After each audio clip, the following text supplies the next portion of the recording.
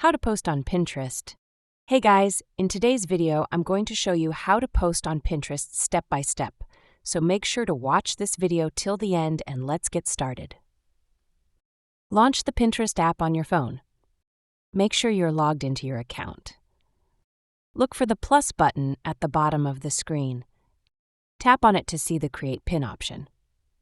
Choose an image or video from your gallery. You can also take a new photo or record a video directly from the app. Enter a title for your pin to describe what it's about. Write a short description to give more details or context. Use relevant keywords and hashtags to improve discoverability.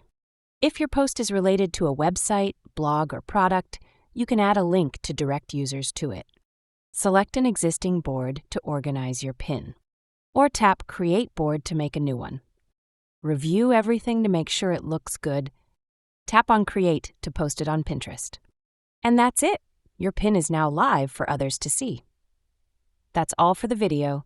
If you found this helpful, don't forget to like and subscribe. See you in the next one.